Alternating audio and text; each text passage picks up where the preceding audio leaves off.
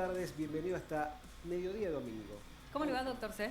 Muy bien, ¿cómo anda? Muy bien. ¿Qué semana? Me dicen que qué pantalón por acá. No fui yo, me dijeron por acá. Es un pantalón de domingo, día de descanso. Ustedes saben que es muy coqueto nuestro doctor C.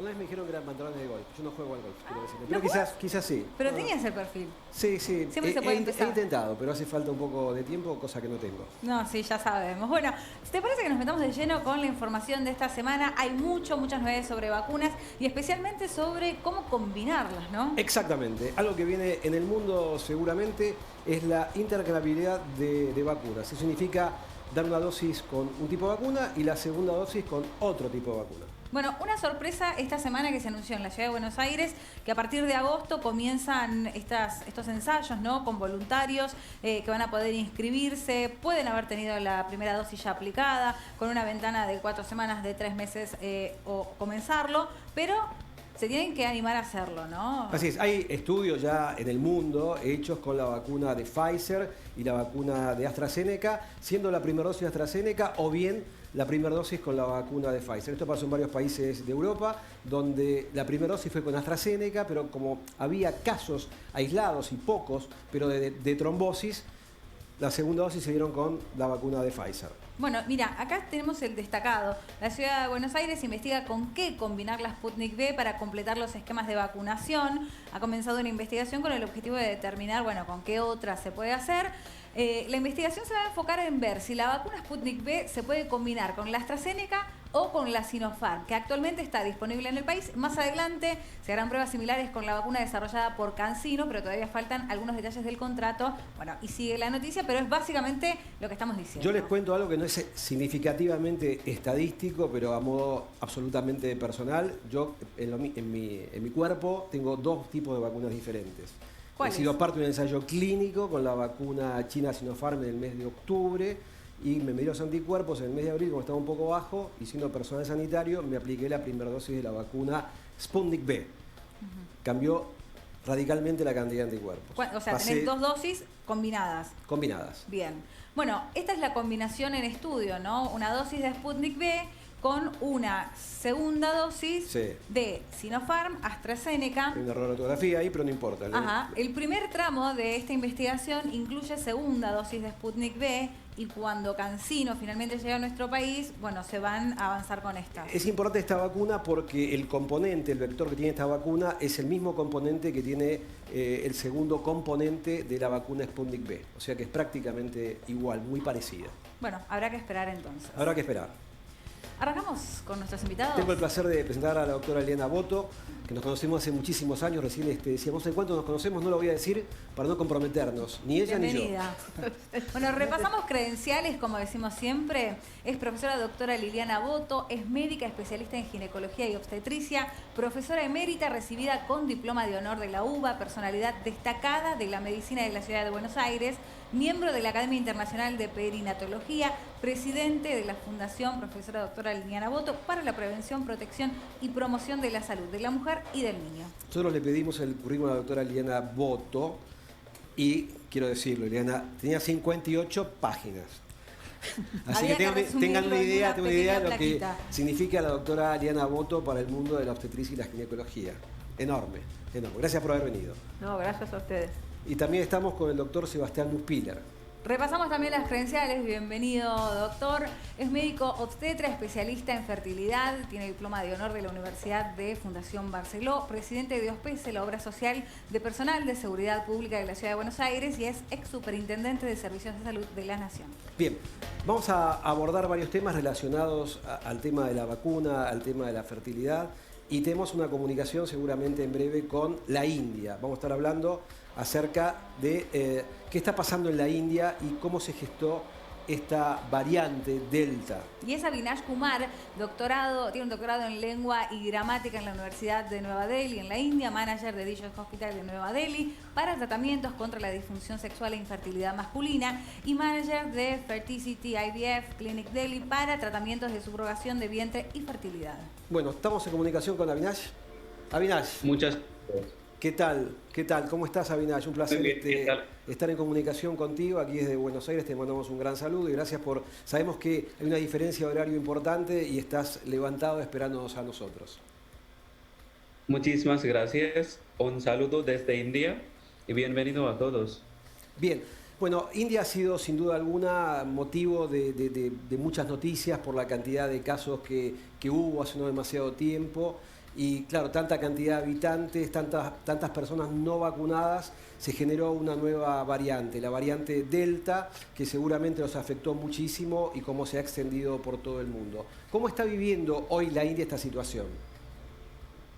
Mira, si hablamos de la situación de hoy, pues definitivamente tenemos que hablar de dos condiciones. India, como se sabe todo el mundo, que aquí tenemos una vida de zonas rurales y otra vida de zonas urbanas.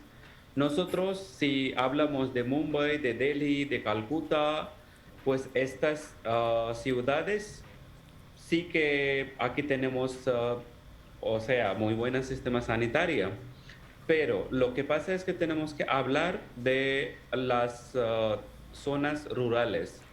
Ahí tenemos muchos pacientes, pero desafortunadamente nuestro país ah, ahí cuenta con, o sea, muy pocos hospitales, muy pocos sistemas sanitarios.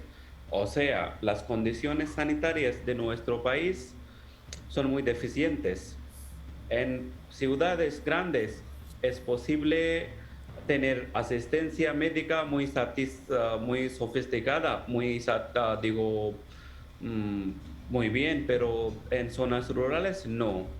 Si hablamos de Delta o Delta Plus, pues los dos variantes empezaron de Maharashtra, que también es una ciudad muy grande, pero más tarde transmitió en zonas rurales y ahí pues sí que impactó muchísimo.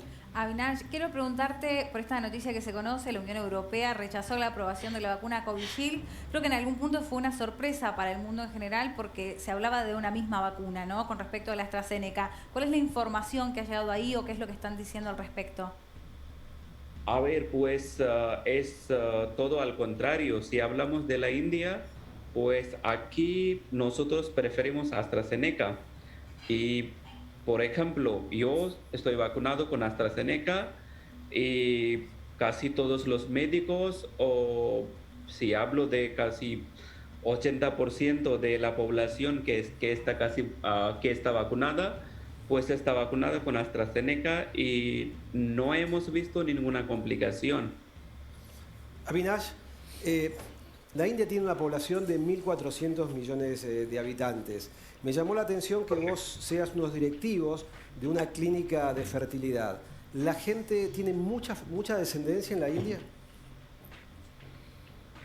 A ver, como he dicho, depende. Es que India tenemos, o sea, poblaciones, pero mucha población vive en zonas rurales. Y si hablamos de zonas rurales, pues hay falta de educación, hay falta de conocimiento, hay falta de, información. Pues ahí sí que se falta. ¿No hay planes gubernamentales para el control de la natalidad? A ver, sí que hay planes del gobierno, pero lo más importante es que también la gente tiene que obedecerlo, tiene que seguirlo. Las personas de zonas rurales pues no van con el gobierno, o sea, ni quieren escuchar. Pues ahí estamos enfrentando un problema muy grave. Avinash, aquí está el doctor Neuspiller, que se dedica al tema fertilidad aquí en la República Argentina, es una figura muy reconocida y quiere hacerte una pregunta. Avinash, ¿qué Hola, tal? doctor, Un gusto buenas. conocerte. Quería saber, Igual. si bajó la demanda de pacientes de fertilidad en la pandemia y cómo vos viste emocionalmente a las mujeres en la previa a lograr o buscar el embarazo. A ver, pues si hablamos de esto, la verdad que sí, o sea, por miedo, pero las mujeres obviamente se sienten muy deprimidas. Ellas se sienten, o sea, como años perdidas. Obviamente, como estamos hablando de población, pero sí que hay problemas de infertilidad también. Y si comparamos, pues, o sea, son dos preguntas o son dos cosas diferentes. Aquí tenemos una familia, por ejemplo, que cuenta con 5 hijos, o sea, 5 niños. Hay familia que ni tiene uno. Pues las pacientes que vienen a nosotros, en un año hemos visto, o sea, sí que hay demanda, pero la gente no sale de casa. Pues sí que hemos visto o sea, peor, la situación peorísima, yo puedo decir. Bien, bueno. Avinash, te agradecemos muchísimo este contacto, gracias por estar presente y esperamos tener una comunicación pronto nuevamente. Hasta la próxima. Muchísimas gracias. Adiós, Avinash. Bueno, tenemos varios temas para tratar, Guille. Por un lado, hay un tema que es de interés, aquellas embarazadas que ya pueden inscribirse para darse su vacuna y todas las dudas que esto genera. Y por otro lado, una puntita de lo que empezamos a conversar con Avinash que tiene que ver con la fertilidad masculina y femenina. Bien, yo quería arrancar con Liliana Boto, que se dedica a embarazo de alto riesgo, y quería preguntarle acerca de estas vacunas contra COVID-19 y el impacto que tiene en la mujer embarazada y qué evidencia clínica o científica hay en el uso de estas vacunas para las mujeres embarazadas en cualquier periodo del embarazo. Evidencia, en primer lugar, ninguna. O sea, no hay evidencia de nada. Con las vacunas no hay ninguna evidencia, porque no hubo tiempo de estudiar nada. Yo estaba escuchando lo que ustedes presentaban, que la ciudad de Buenos Aires se va a poner a ver la combinación. ¿Cuánto tiempo puede llevar esa investigación? Un tiempo enorme. O sea, no les da el tiempo de investigación. Lo que sí se sabe que en los primeros ensayos se habían excluido a las embarazadas y a los niños, como se hace en todos los ensayos. Pero ante el riesgo y ante la muerte de embarazadas por el COVID, se decidió que era más importante vacunar a las embarazadas, porque eran una población de riesgo.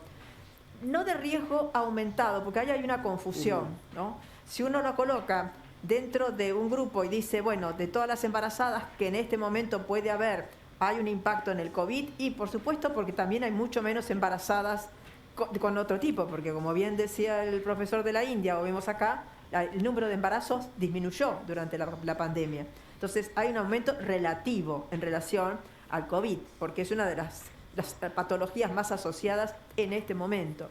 Pero que produce muerte, sí, la produce, por lo tanto es necesario cubrir a las embarazadas. Y ahí entró la duda con qué tipo de vacunas. Entonces, con las vacunas, nosotros en general en el embarazo, parece una cosa controversial, ¿no? Porque en el embarazo se trata de no dar vacunas que tengan algún tipo de actividad viral, o sea, es preferible a uno de los otros componentes, no las de la ARN, que tampoco son muy conocidas para eso. Bueno, pero date cuenta que hoy una de las vacunas que dicen que estaría más recomendada sería la Sinopharm, que es a virus inactivado. Exactamente. Pero en realidad, como yo le digo a las embarazadas, vacúnense con lo que hay, porque en realidad lo que tienen que hacer es vacunarse. ¿Y esa inmunidad se pasa de la madre al bebé? Pasa de la madre al bebé, todavía no está estudiado como para ser publicado, de haber encontrado el cordón umbilical anticuerpos. Lo que sí se sabe positivamente que pasa por la leche, o sea que la mujer genera anticuerpos y los anticuerpos se los va a pasar por leche. Y otra cosa también que hay duda es en la edad gestacional. En la vacunación sucia, que es la que sucedió en Estados Unidos cuando mujeres que estaban en el primer trimestre y no sabían que estaban embarazadas, esas sirvieron de estudio para saber qué pasaba con la vacuna en el primer trimestre del embarazo. Y apareció aumento en esa población específicamente, un aumento de la cantidad de abortos. Entonces, una de las recomendaciones, entre comillas, depende del lugar de riesgo que esté la persona, la mujer, ¿no es cierto? Si está en la India, yo vacunaría hasta los gatos, los perros, porque imagino lo que es eso, donde no hay nada, ni distanciamiento, ni nada. Pero yo preferiría dejar las primeras 10, 12 semanas de embarazo libre de vacuna, porque estamos hablando de que es el momento de desarrollo embrionario. Entonces, cuando no hay seguridad, que no se ha hecho ese estudio específicamente y marcó esa diferencia, sería una recomendación. En general por arriba de las 15 semanas. Hay algunos que dicen por arriba de las 20. No, entre la 15 y la 20 ya el bebé está desarrollado, por lo menos todos los órganos están.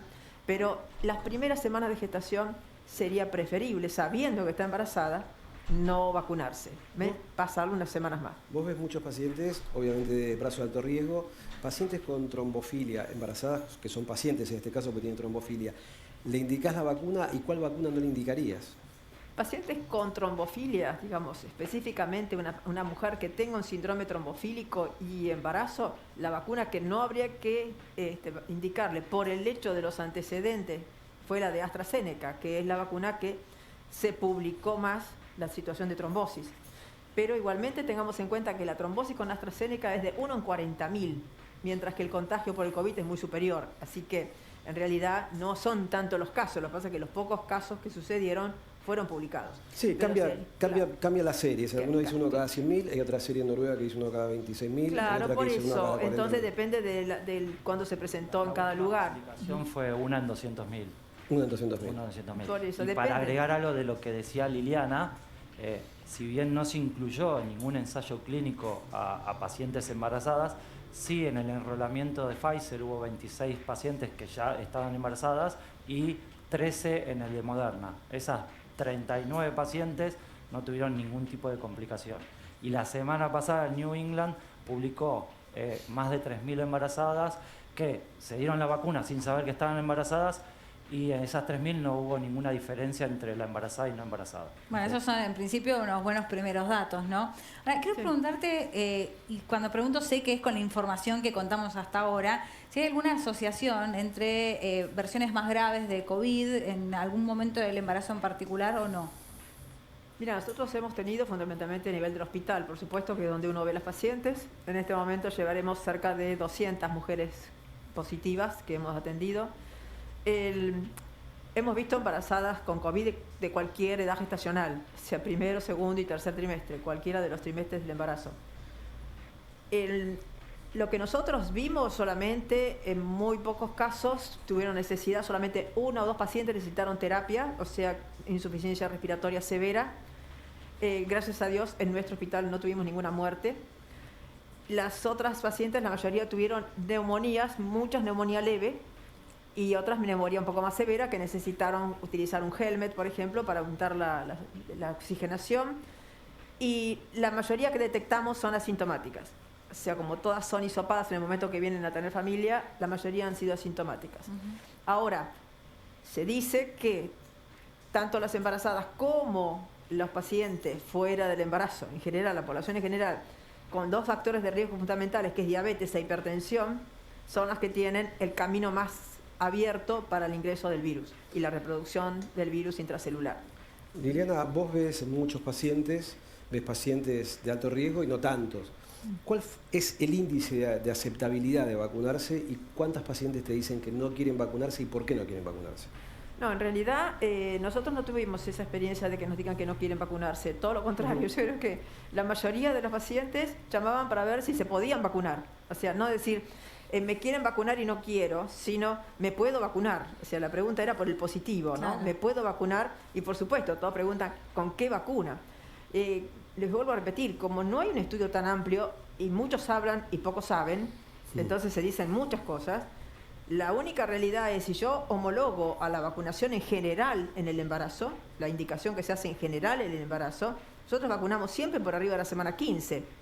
Vacunamos la vacuna de la gripe todos los años y por arriba de la 20 el resto de las vacunas. O sea que hay algo general que uno tiene en cuidado en la gestación. Pero en esta situación y en el medio de una pandemia hay que priorizar cuál es el riesgo mayor.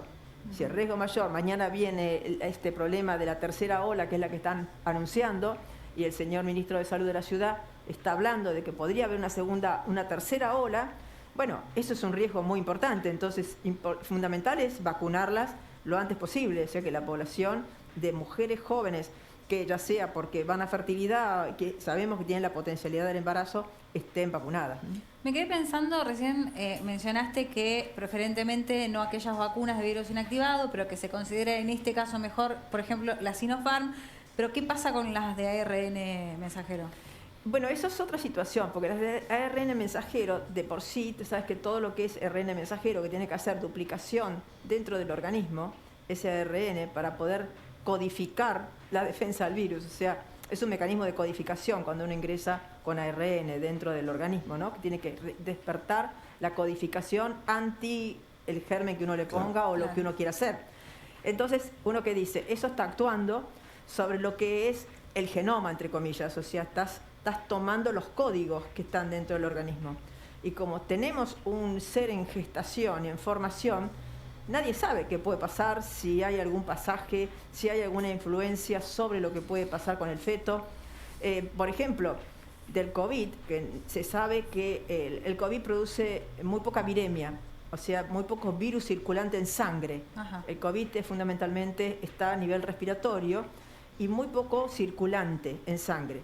Entonces, no encontramos las embarazadas COVID que el riesgo de pasaje transplacentario. Es muy poco, no se pudo comprobar hasta el día de hoy. La mayoría es contaminación y no pasaje transplacentario. Entonces, lo que sí se piensa y lo se está estudiando y están estudios más avanzados. Hoy había una reunión internacional muy importante con estas conferencias, el profesor Romero de Estados Unidos, que cuando quieras contactarlo, te lo voy a contactar porque es una eminencia en todo lo que es el área perinatal en investigación. Justamente están hablando de los cambios de codificación a nivel de placenta que puede provocar el COVID y que eso estaría impactando en funciones de ese feto recién nacido en el futuro. O sea, hay cambios que hoy no vamos a saber, no pasa por la infección, pasa por lo que puede decodificar del esquema de códigos que tiene ese niño que se va a formar para el futuro, ¿no? Claro. Esas son todas las Me historias. imagino que ya han nacido muchos chicos de madres vacunadas. ¿Toma muestra de esa sangre de cordón del bebé para saber si tiene cantidad de anticuerpos importante? Bueno, nosotros no, porque en realidad de las nuestras todavía, en realidad los que nacen son niños de positivas, no de vacunadas, porque todavía no tenemos vacunadas, recién ahora están vacunando. Sí que lo han hecho internacionalmente, por eso dicen que hay pasaje de anticuerpos para el feto dentro de la vida intrauterina en vacunadas, inclusive en mujeres que se han enfermado en el tercer trimestre. El chico tiene anticuerpos de los que formó la madre durante la enfermedad de la madre. O sea que hay pasaje transplacentario de anticuerpos. Si lo hay de la enfermedad, tiene que haber de la vacunación, cuando la mujer forma los anticuerpos. Ahora, esto quizás es hasta más complejo de responderme. Me vas a decir, pero Agustina, te dije que no hay estudios. Pero me pregunto, digo, si una mujer se vacuna antes del embarazo, si igualmente se pueden pasar esos anticuerpos. Bueno, lo que pasa es que el pasaje ¿por qué vacunamos a las mujeres embarazadas de determinadas situaciones para proteger a ese recién nacido? Y le decís, tiene que estar vacunada para la gripe, tiene que tener la triple bacteriana acelular y todos nosotros estamos vacunadas por lo que es la triple bacteriana. Sin embargo, se insiste con esa vacunación porque tenés que repicar el título de anticuerpos para que haya cantidad suficiente como para que el pasaje transplacentario pase al feto una cantidad relativa, porque no todo lo que está en la madre pasa al 100% al feto. Claro. Entonces tenés que aumentar el número para que pase un número lógico de protección para ese recién nacido. Eliana, ¿qué importancia tiene la lactancia materna a nivel anticuerpos para transmitirle al bebé? Para cualquier. Sí, pero en este caso puntual, con para COVID cualquier. O sin COVID, pero ¿no es cierto? particularmente te pregunto de COVID, con aquellas mujeres que han estado con la enfermedad y aquellas que han sido inmunizadas con vacunas. Bueno, con la enfermedad eso está probado y se ha observado que las mujeres con enfermedad, bueno, viste que también todo depende de si los enfermos graves hicieron anticuerpos y los que fueron muy leves no han desarrollado anticuerpos, ¿no? O sea, primero que la mujer tenga un anticuerpo suficiente circulante. De eso se comprobó un pasaje transplacentario al feto y el bebé nació con anticuerpos. Eso está estudiado. Que hay pasaje transplacentario. Permíteme una pequeña pregunta para la doctora. ¿Es posible obtener leche de madres que han tenido COVID o que están inmunizadas para dárselas a bebitos de mamás que no hayan tenido COVID o que no hayan estado vacunadas? ¿Se entiende? No creo que la leche, por todo el sistema de pasteurización que tenés que hacer, porque uno no puede sacar leche de una madre y ponérselo a otra en forma directa, sino que tenés una cantidad de medidas de seguridad, por infecciones, etcétera, etcétera. Si hubiera un anticuerpo circulando, pudiera estar en la cantidad suficiente como para que le sirva a otro bebé. Sinceramente, esa pregunta sí no te la puedo contestar, habría que buscar realmente información. Era buena igual, era buena la intención. Sí, seguramente que sí. Muy bueno. Bueno, te quedás con nosotros, vamos a hablar con Sebastián. Acá estoy. Ustedes se conocen, han trabajado... Siempre es un placer escuchar a Liliana. Sí, siempre es clarísimo en sus conceptos. Brillante. Bueno, contanos un poco, Sebastián, ¿qué ha pasado en este tiempo de pandemia con el tema de fertilización asistida? La realidad es que estamos haciendo más de psicólogos, de contenedores que de especialistas en fertilidad. La angustia que genera todo esto, o sea, a las pacientes que logran el embarazo, les genera tal angustia. Antes vos le dabas la noticia a la paciente que estaba embarazada y era llamar a todas sus amigas, a todos sus familiares, armar una cena, contarle a todo el mundo. Hoy no pueden contarle a nadie, se tienen que aislar, están solas, les da miedo. La verdad que es un momento difícil el que atraviesa toda la sociedad y más esas parejas, esas mujeres solas. Hoy en día las familias se forman de diferentes maneras, pero la angustia que tienen adentro es muy grande. Ahora, esa angustia cuando tenés ese resultado y hay que aislarse inevitablemente porque hay que preservarlo, y también cuando se busca reiteradamente y tampoco se consigue el objetivo. Y el año pasado hubo un parate, ¿no? Un momento en los tratamientos donde la pandemia era muy nueva, nadie podía innovar en ese tema, hasta que luego se fue relajando nuevamente. ¿Qué pasó en ese tiempo? ¿Han aumentado desde entonces las consultas? ¿Se mantienen bajas? ¿Qué es lo que ves? La realidad es todas las consultas en todas las áreas de salud fueron disminuyendo. Yo digo, trato de dar un mensaje a la sociedad, es no te descuides por cuidarte. ¿Por qué? ¿Cuál es el gran problema que tiene la fertilidad hoy en el mundo? El cambio que hizo la mujer en los últimos 20, 30 años. La mujer antes se casaba a los 20, tenía a los 25 ya 3 o 4 hijos. Hoy las mujeres cambiaron totalmente su manera de vivir y empiezan a buscar su primer hijo casi cercano a los 40 años. ¿Cuál es el gran problema? Los ovarios no se adecuaron a ese cambio que hizo la mujer. Entonces, la función ovárica, la reserva ovárica, entre los 40 y 43 años va a disminuir drásticamente. Por eso es muy importante que los ginecólogos, antes de los 35 años, deriven a las pacientes, a las mujeres, a hacer un control de su reserva ovárica, y la mujer después, con la información correcta, puede terminar definiendo decisiones correctas. Me imagino que en este tiempo, como decías vos, muchas parejas, muchas mujeres tuvieron incertidumbre, tienen todavía incertidumbre, tienen temores de infección, cuándo termina esta pandemia, si va a durar 1 año, 2 o más. ¿Notaste que hubo más conciencia de esto y hubo más mujeres que pudieron preservar o criopreservar óvulos? Sí, la realidad es que si hay algo que aumentó en esa disminución de consultas por fertilidad, es esa sensación de las mujeres que todavía no tienen decidido tener un hijo, consultar por o vitrificar óvulos o por ser madres solteras, solas, con una muestra de banco de semen. Es como que esto nos hizo reflexionar a todos, a toda la sociedad, en muchísimos aspectos. Y ahí es donde yo veo ese cambio de que un montón de gente se animó a tomar decisiones que por ahí antes no se animaba. Y pensando en esto que vos decís, ¿no? En la criopreservación de los óvulos, por ejemplo. Y lo pienso en este reloj biológico que tenemos inevitablemente las mujeres. Hay mucha expectativa puesta en esos óvulos. Y no sé si realmente, vos me podrás decir, ese óvulo el día de mañana cuando se vaya a descongelar va a ser bueno, va a funcionar, no va a funcionar. ¿Qué es lo que se le recomienda a la paciente? ¿Cuántos óvulos debería congelar? ¿Cuántos ciclos debería hacer? Qué pregunta, Agustina. Es una pregunta realista, porque hay mucha esperanza puesta detrás de eso. La realidad es que nosotros en Fecunditas, cuando recibimos pacientes por consulta de vitrificación de óvulos, tratamos de tomarnos todo el tiempo posible para que aquella mujer que va a congelar óvulos sepa lo que está haciendo. Con el conocimiento pueda tomar una determinación.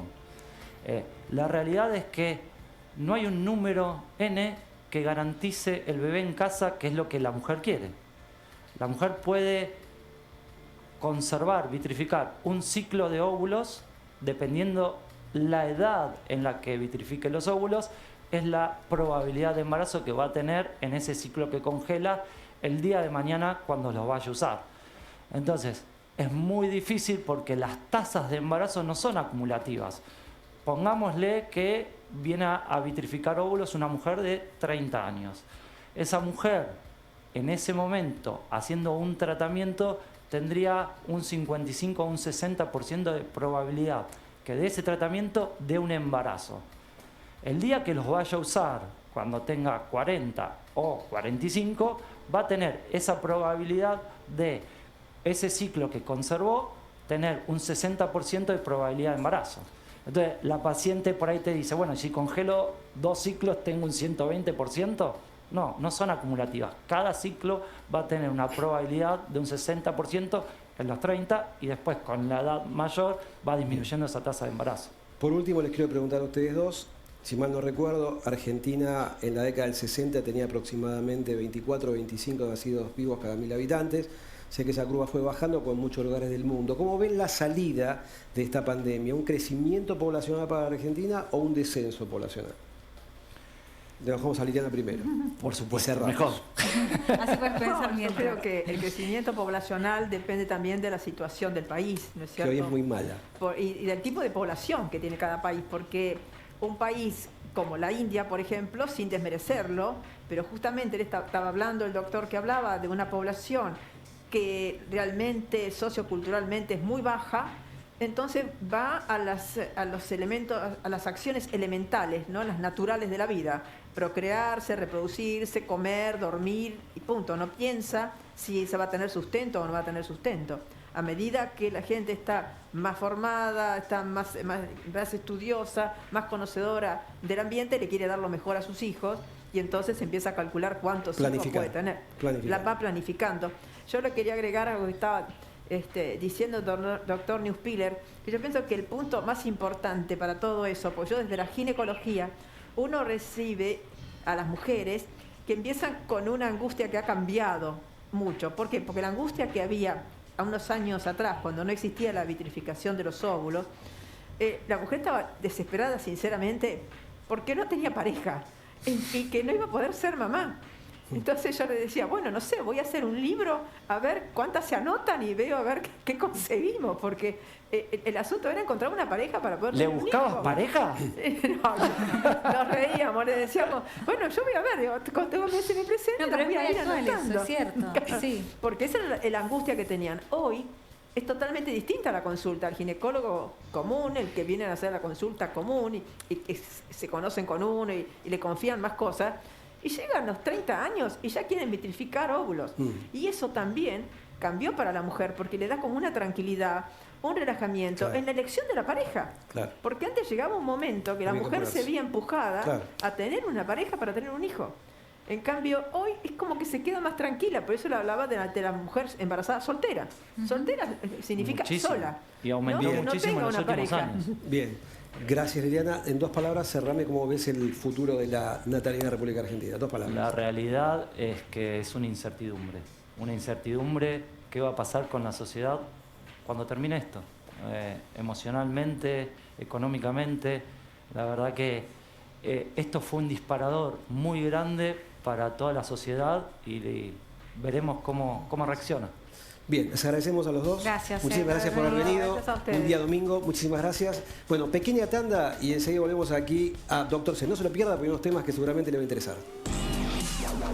Salud. Tu mente está en un lado y tu cuerpo en el otro.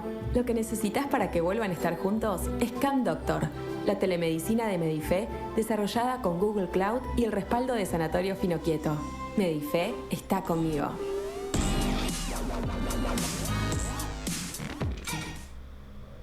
A sanar, a resurgir, a amar y a vivir mejor. Solo tu vida es la capacidad que tengas de interactuar con este instante. Gracias por estar vivos, aquí ahora. Hacete cargo, con Claudio María Domínguez.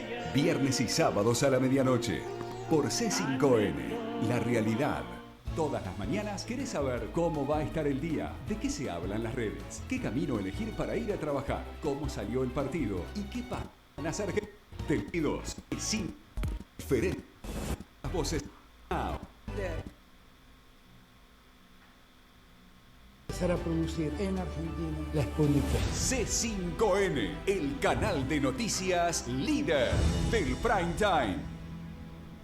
Este jueves, Chicas Pochocleras, una explosión de series y películas para armar tu fin de semana. Las entrevistas de Barbie y Fer a tus celebrities favoritas. Chicas Pochocleras, con Barbie Simmons y Fernanda Arena. Jueves a la medianoche por C5N. La realidad. Todas las mañanas querés saber cómo va a estar el día, de qué se habla en las redes, qué camino elegir para ir a trabajar, cómo salió el partido y qué pasa en el país y en el mundo. Esto es realidad aumentada al servicio del tiempo. Todos los días, lo que querés saber para arrancar tu día está en Mañanas Argentinas, con Lucila Entín, Rubén Suárez y un equipo que juega para vos. Vamos arriba el equipo de las 6 de la mañana. Mañanas Argentinas, de lunes a viernes a las 6 por C5N, la realidad. En mayo volviste a elegir C5N, el canal de noticias más visto en el horario central. Elegiste escuchar todas las voces en Minuto 1, analizar la actualidad en El Diario, Desafío 2021 y Debate Abierto, descubrir otras miradas con Right Now, ponerle humor crítico a tus sábados y participar en vivo de las noticias en nuestras redes sociales. Gracias a ustedes por permitirnos ser el canal líder. En mayo, que dura 9 días, elegiste informarte con el mejor equipo periodístico del país. En el plan de vacunación. La pelea entre narcos. Voy a seguir en el club. para empezar a producir en Argentina la Sputnik V. C5N, el canal de noticias líder del prime time. Viernes, 23 horas. Los casos policiales más intrigantes y misteriosos en El Expediente con Paulo Cablan. Viernes, 23 horas por C5N, la realidad. Para saber lo que pasó y lo que va a pasar. Claudio Rigoli, de lunes a jueves a la medianoche por C5N, la realidad. A la hora de analizar y pensar. Pablo Dugan, Desafío 2021, lunes, martes y jueves a las 21:30 por C5N, la realidad. En mayo volviste a elegir C5N, el canal de noticias más visto en el horario central. Elegiste escuchar todas las voces en Minuto 1, analizar la actualidad en El Diario, Desafío 2021 y Debate Abierto, descubrir otras miradas con Right Now, ponerle humor crítico a tus sábados y participar en vivo de las noticias en nuestras redes sociales. Gracias a ustedes por permitirnos ser el canal líder. En mayo, que dura 9 días, elegiste informarte con el mejor equipo periodístico del país. En el plan de vacunación. La pelea entre narcos. Voy a seguir en el club. para empezar a producir en Argentina la Sputnik V. C5N, el canal de noticias líder del prime time.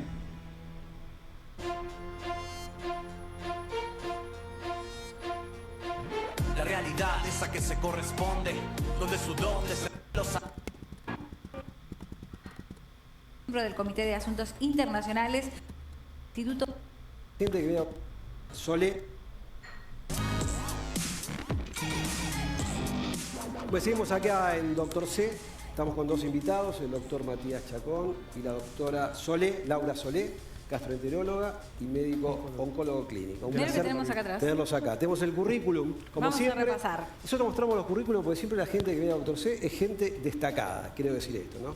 Bueno, el doctor Matías Chacón es médico oncólogo, jefe de oncología del Instituto Fleming. Es director académico del Instituto Misionero del Cáncer, expresidente de la Asociación Argentina de Oncología, codirector de la carrera de especialista en oncología UBA, miembro del Comité de Asuntos Internacionales de la American Cancer Society y presidente honorario de ViCare, Vivir con Cáncer Renal. ¿Es ViCare o Vicare? Vicare, Guillermo. Okay. Vicare. Para, voy de vuelta. No. Vicare. Es Vicare porque yo también pensé ViCare. Lo leí rápidamente, pero claro, las siglas son en español. ¿Qué significa Vicare? vivir con cáncer de riñón. Bien, ese es el tema que vamos a hablar hoy. Exactamente. Es un tema interesantísimo porque mucha gente ha dejado de consultar en esta época de pandemia. Es algo que generalmente uno encuentra a veces de manera incidental en una ecografía abdominal que uno le pide a un paciente porque viene de la guardia o porque tiene un problema en la vesícula o porque es un control de rutina y encuentra una imagen en el riñón. Y ahí comienza la historia. Contanos un poquito qué es el cáncer renal y a cuántas personas afecta en la República Argentina. No, el cáncer renal es uno de los tumores más frecuentes del ser humano. En Argentina ocupa el 5º lugar dentro de los tumores, o sea que no es para despreciar. En absoluto. Correctamente, como mencionaste vos, hoy en día la mayoría de los pacientes que se da ese diagnóstico de una masa en el riñón es por un hallazgo incidental. Y en la gran mayoría son tumores chicos, ¿sí? En esa situación, la chance de curarse es 8 de cada 10 personas. Altísimo. O sea que no siempre eso termina en que la persona vive con un solo riñón. No, hoy en día los cirujanos claramente han mejorado notoriamente su técnica quirúrgica, cada vez procedimientos más seguros, con menos morbilidad, con menos incisiones, con menos duración de la hospitalización, con cirugías habitualmente laparoscópicas o bien robóticas, que permiten que el paciente rápidamente se vuelva a su domicilio, a sus actividades laborales cotidianas. Una cortita y una más larga. Cortita, más en hombres o mujeres, y la más larga son los factores de riesgo. Factores de riesgo no modificables, el hombre tiene 2 veces más cáncer de riñón que la mujer. Factores modificables como tabaquismo, ¿sí? Exceso de peso, son todas situaciones que fomentan el desarrollo de un tumor renal. Y consumo crónico de antiinflamatorios, pacientes con enfermedades renales crónicas como diálisis, son más propensos a hacer cáncer de riñón que una persona que no padece o que no presenta ninguna de estas características. Recién hablaste de hallazgos, no sé si la palabra era accidental. Incidental, ahí está. Y pregunto, ¿y no hay alguna forma de determinarlo porque te duele el riñón? O sea, ¿hay alguna forma de que el riñón te diga me está pasando algo? Si llevas la historia 20 o 30 años atrás, en general los tumores renales se hacían diagnóstico por sangrado en la orina, los pacientes se palpaban una masa dentro del abdomen o tenían dolor. Hoy en día eso no pasa porque el exceso de ecografías, el exceso de tomografías ha permitido hacer diagnóstico de lesiones que no dan síntomas. Acuérdate que el riñón está topográficamente ubicado en una zona donde, salvo que toque los sistemas colectores y sangre, vea sangre en la orina, después no tenés síntomas. ¿Dónde está? Perdón, ¿estamos adelante o está atrás? ¿Dónde está? ¿Al costado? Está atrás. Está en el retroperitoneo por delante de la columna. Claro, viene la bolsa que cubre las tripas, por así decirlo, y entre la columna y esa bolsa que cubre las tripas, ahí están los riñones. Retroperitoneo. Sin duda sí, cambió muchísimo la técnica quirúrgica, yo soy urólogo, abríamos a los pacientes en 2, pacientes daban días para recuperarse, lo dolía mucho del abdomen, hoy hay cirugía laparoscópica, hay cirugía que es tumorectomía, o se saca una parte del riñón, el resto del riñón queda. Se puede sacar el riñón entero y una persona puede vivir tranquilamente con un solo riñón durante toda su vida. Ahora, una vez diagnosticado, en mi época no había nada, o sea, se operaba al paciente y se decía, bueno, lo controlamos dentro de un tiempito, lo ibas controlando cada tanto. Hoy, ¿qué haces con el paciente operado que tiene un cáncer localizado o que tiene un cáncer que ha progresado? Desde el 2018, 2 mecanismos de acción de drogas inmunológicas cambiaron, ¿sí?, la historia del cáncer de riñón, del melanoma, ¿sí?, del cáncer de pulmón, y todo mediante una activación inteligente del aparato inmunológico y la inactivación de las células tumorales por el aparato inmunológico. Hay fármacos que cambiaron la historia de estas enfermedades y si bien es cierto, como vos decís, que el tratamiento curativo sigue siendo la cirugía y es el pilar fundamental para curarse de cualquier enfermedad oncológica, pero en los últimos años el avance del conocimiento genético del cáncer permite elaborar medicamentos inteligentes. Ya ni siquiera quimioterapia, corre esa palabra, sino inmunoterapia, claro, que no tiene los efectos conocidos por la gente habitualmente como caída del pelo o toxicidades muy comunes como las diarreas. Entonces, ha cambiado la estrategia en el tratamiento. Pacientes con enfermedad avanzada accede la gran mayoría a respuesta. Entre el 60 y el 80% de los pacientes lográs remitir los tumores con tratamientos inmunológicos, por un lado, y por el otro lado también con tratamientos inteligentes que bloquean la formación de vasos sanguíneos nuevos que se llaman inhibidores de tirosinquinasa o antiangiogénicos. Hoy en día la combinación de esos fármacos revolucionaron lo que es el tratamiento del cáncer riñón. Vos sos un paciente, digamos, con un carcinoma avanzado, o sea, que ha progresado, que está por fuera ya del riñón, con esta inmunoterapia, terapia dirigida, más otra cosa que me has nombrado recién, ¿el paciente tiene una expectativa alta? Altísima. Hoy en día la chance de remitir los tumores es entre el 60 y 80% y entre un 15 y 20% hacer remisión completa, o sea, desaparición completa de las lesiones. Eso en los últimos años. Esto apareció en el 2006, fue el primer pie, pero a partir del 2017 en adelante hay cada vez más combinaciones y cada vez más útiles, menos tóxicas, más inteligentes y todos con datos muy recientes. Que eso, Guillermo, es uno hoy en día, un paciente que tiene remisión completa, no sabemos realmente todavía qué nos va a decir la ciencia más adelante porque desapareció. ¿Hasta cuándo lo tratás o hasta cuándo no lo tratás? Un tema interesante que dijiste recién tiene que ver con esto de los efectos adversos de la quimioterapia o inclusive la radioterapia. Antes, hace tiempo, la radioterapia era complicada porque era la bomba de cobalto, los pacientes se quemaban. Hoy cambió mucho todo eso. ¿Qué calidad de vida tiene el paciente con inmunoterapia o terapias dirigidas o la combinación? O sea, la peor calidad de vida es el tumor creciente, entonces uno tiene que tratar de hacer todo para que el tumor no crezca o hacerlo remitir. Y que obviamente los efectos colaterales generados por la intervención del médico sean por debajo de los efectos que te genera el cáncer. Hoy en día los pacientes viven mucho mejor, los dolores se atenúan porque al desaparecer lesiones realmente groseras que te quitaban el aire, que te provocaban dolor, los pacientes acceden a muy buena remisión y buena calidad de vida.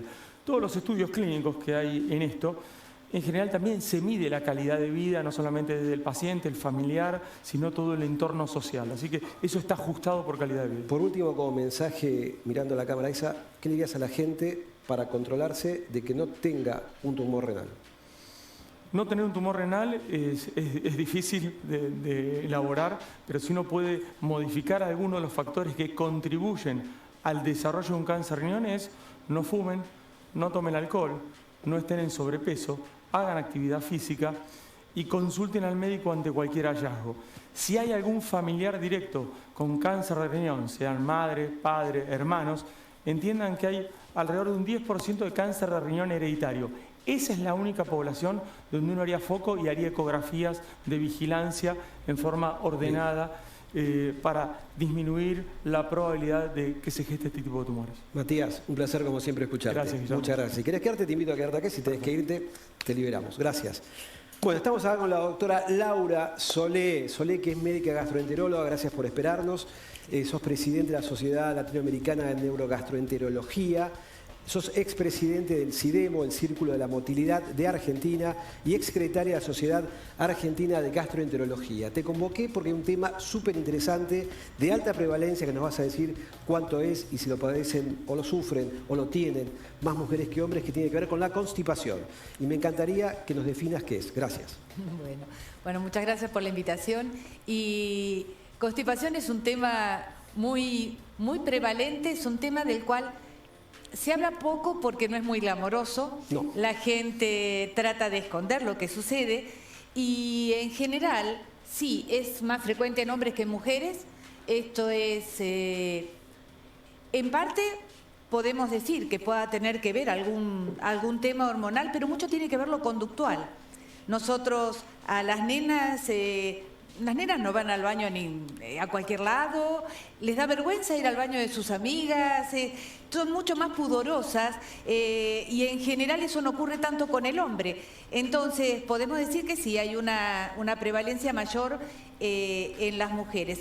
En Argentina tenemos aproximadamente entre un 10 y un 15% de prevalencia de constipación crónica y lo interesante es que me pedías que te defina qué es la constipación.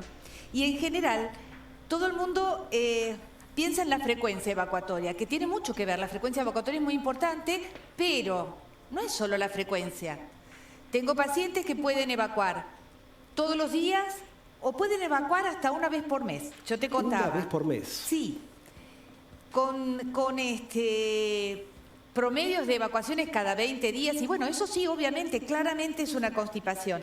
Pero, por ejemplo, si evacúa todos los días, pero evacúa un pequeño escívalo con un intenso esfuerzo evacuatorio, también es constipado. ¿Cuál es la frecuencia normal entonces? La frecuencia normal es de 3 veces al día, 3 veces por semana. 3 veces al día, 3 veces por semana. Esa es la frecuencia normal, pero eso no me define solamente la constipación. Si, por ejemplo, tengo algún prolapso de órgano pélvico que me dificulta la evacuación, evacúo todos los días, pero tengo que sostener cierta parte del periné para poder ayudarme a evacuar, porque siento un peso, siento lo que sería un rectocele o un prolapso. Que algo se cae. Que algo se cae, un peso abajo. Lo tengo que sostener. Tiene una disinergia evacuatoria, una dificultad evacuatoria, que eso todo se puede modificar, se estudia, se analiza, se modifica y no siempre la modificación es quirúrgica. A veces se le enseña al paciente a evacuar nuevamente. Bien, ¿qué importancia tiene la dieta y qué importancia tiene los horarios, el hábito de evacuación? Bien.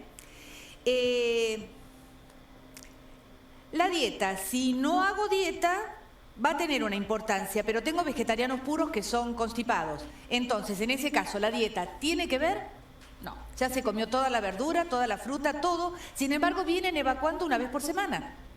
Entonces, no consumirlo sí es un problema porque necesito una cantidad mínima de fibras.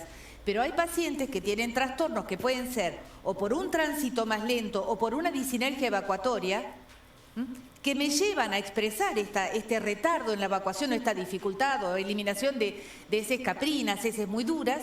Y entonces ahí está la dificultad y no lo voy a solucionar con un poco más de fibra, sino modificando el tránsito o cambiándolo de la disinergia. ¿Qué pasa con la oportunidad perdida? Al momento que la persona siente ganas de ir al baño y dice, no voy a ir porque estoy en la casa de una persona, porque está mi pareja y no quiero que sienta cuando voy al baño. Mira, eso es muy importante porque nosotros nacemos evacuando, pero aprendemos a evacuar cuando dejamos los pañales. Entonces es una conducta aprendida. Y así como el recto tiene una capacidad que es la capacidad de reservorio del recto, de tolerar y sostener esa materia fecal y ir acumulándola para evacuarla en el momento socialmente oportuno.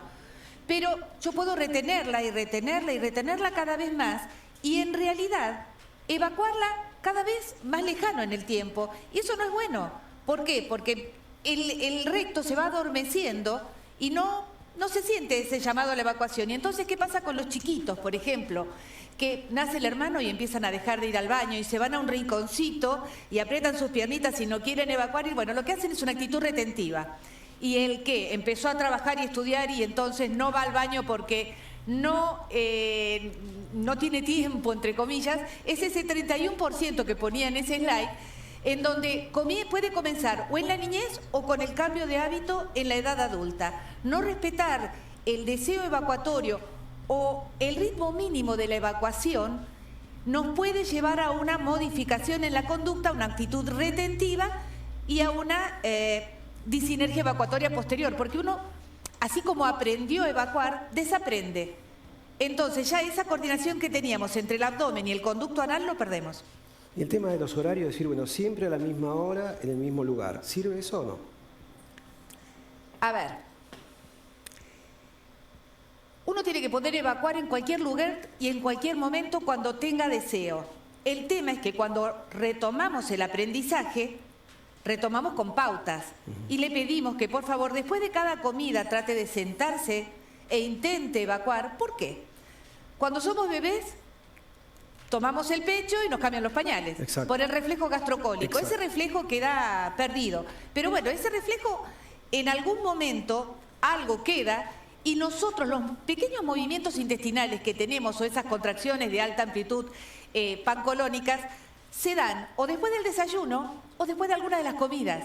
Entonces aprovechamos un momento fisiológico. Por eso después de las comidas pautarlo sirve. Ahora bien, tenemos que poder evacuar en el momento que tenemos deseo.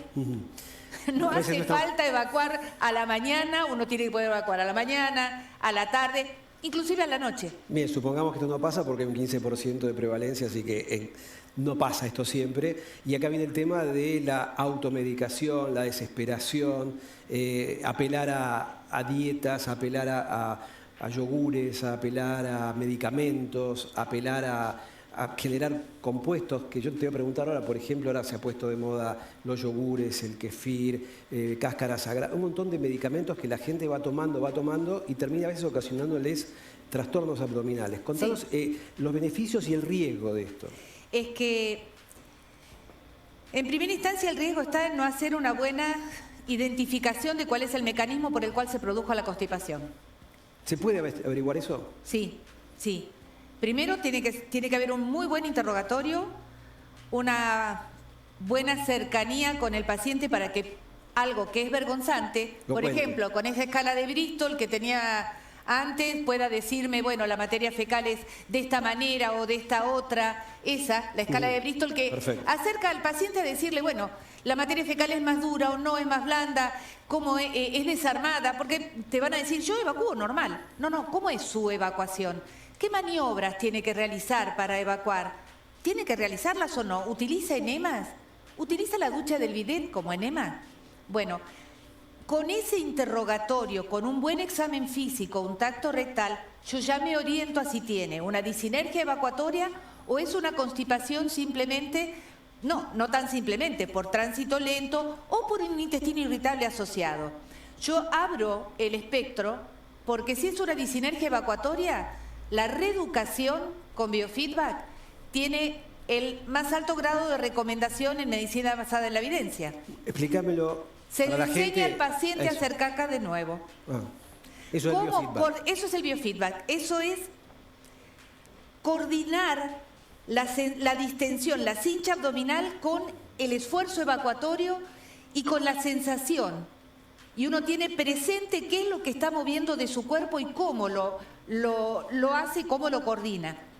Si no tengo eso y lo que tengo es una dificultad porque tengo un tránsito lento, porque la evacuación es poco frecuente o es muy dura, tengo un montón de medicamentos nuevos. Hay una amplia gama de medicamentos nuevos que ha salido que están... que son basados en medicina basada en la evidencia, que tienen grado de seguridad. Y vos me nombrabas cáscara sagrada. Cáscara sagrada es viejísimo, pero aparte está asociado con la melanosis coli, que es que se tiña todo el intestino por dentro y se ve dentro en la colonoscopía. Claro.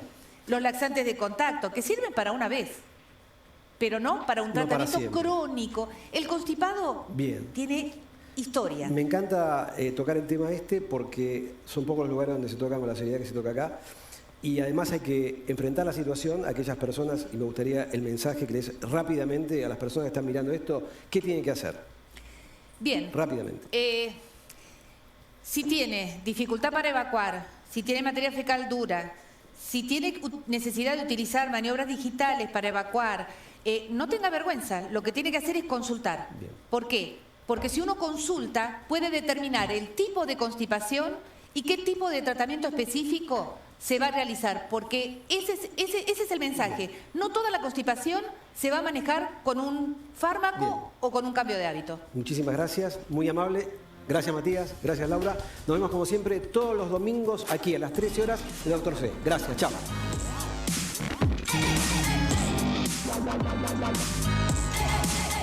La cocina del gato, hoy vamos a disfrutar los sabores.